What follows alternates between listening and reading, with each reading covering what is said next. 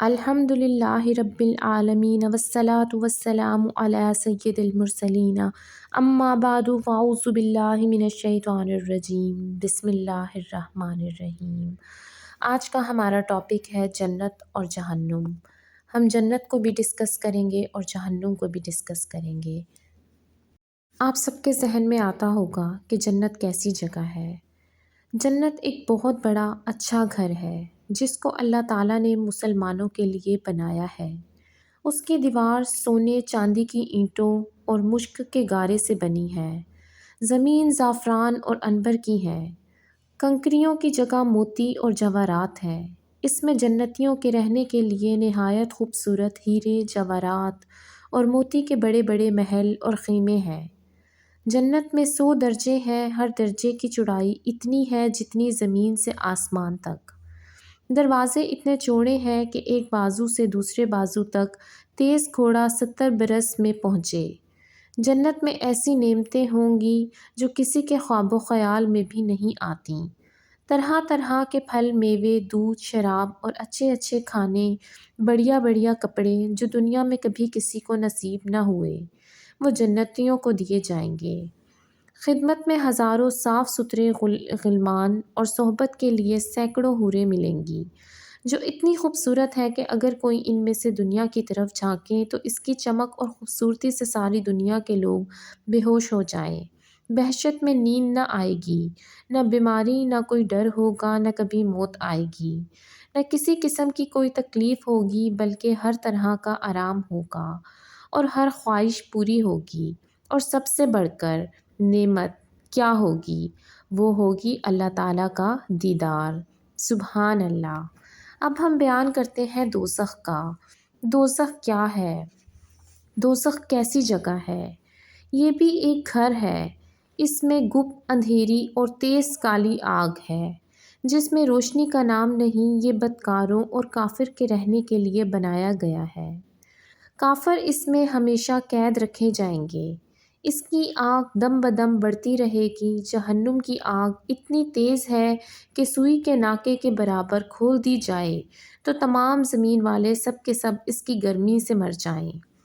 اگر جہنم کا کوئی داروغہ دنیا میں آ جائے تو اس کی ڈراؤنی صورت دیکھ کر تمام لوگوں کی جان نکل جائے، کوئی زندہ نہ بچے۔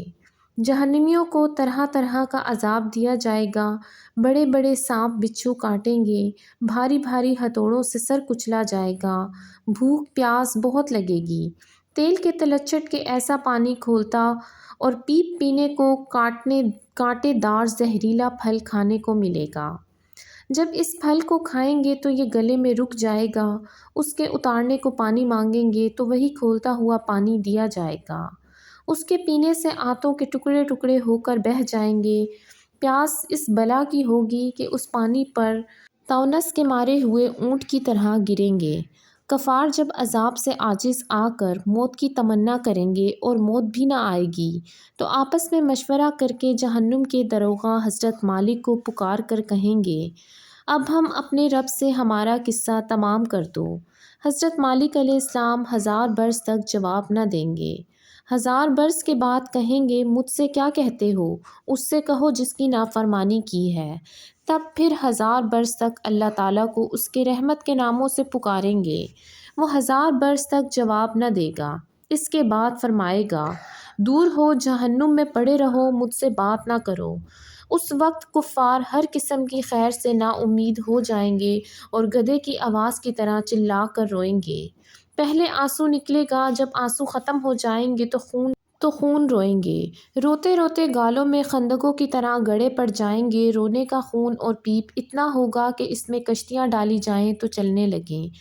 جہنمیوں کی شکل ایسی بری ہوگی کہ اگر کوئی جہنم دنیا میں اس صورت میں لایا جائے تو تمام لوگ اس کی بدصورتی اور بدبو کی وجہ سے مر جائیں گے۔ آخر میں کافروں کے لیے یہ ہوگا کہ ہر کافر کو اس کے قد کے برابر صندوق میں بند کر دیا جائے گا اور آگ بھڑکائیں گے اور آگ کا فکر لگائیں گے۔ پھر یہ صندوق آگ کے دوسرے صندوق میں رکھا جائے گا اور دونوں کے بیچ میں آگ جلائی جائے گی اور اس میں بھی فکر لگا دیا جائے گا۔ پھر اس طرح اس صندوق کو ایک اور صندوق میں رکھ کر آگ کا فکر لگا کر آگ میں ڈال دیا جائے گا۔ تو اب ہر کافر یہ سمجھے گا کہ اس کے سوا اب کوئی آگ میں نہ رہا اور یہ عذاب بلائے عذاب ہے، اور اب ہمیشہ اس کے لیے عذاب ہی رہے گا جو کبھی ختم نہ ہوگا۔ جب سب جنتی جنت میں پہنچ جائیں گے اور جہنم میں صرف وہی لوگ رہیں گے جنہیں ہمیشہ وہاں رہنا ہے، اس وقت جنت اور دوزخ کے بیچ میں موت مینڈے کی شکل میں لا کر کھڑی کی جائے گی۔ پھر ایک پکارنے والا جنت والوں کو پکارے گا، وہ ڈرتے ہوئے جھانکیں گے، ایسا نہ ہو کہ یہاں سے نکلنے کا حکم ہو۔ پھر جہنمیوں کو پکارے گا، وہ خوش ہو کر جھانکیں گے، شاید اس مصیبت سے چھٹکارے کا حکم ہو۔ پھر ان سے پوچھا جائے گا، اسے پہچانتے ہو؟ سب کہیں گے ہاں یہ موت ہے۔ پھر وہ ذبح کر دی جائے گی اور کہے گا اے جنت والو ہمیشگی ہے اب مرنا نہیں، اور اے دوزخیوں ہمیشگی ہے اب مرنا نہیں۔ اس وقت جنتوں کی خوشی پر خوشی ہوگی اور جہنمیوں کو غم کے غم اوپر غم ہوگا۔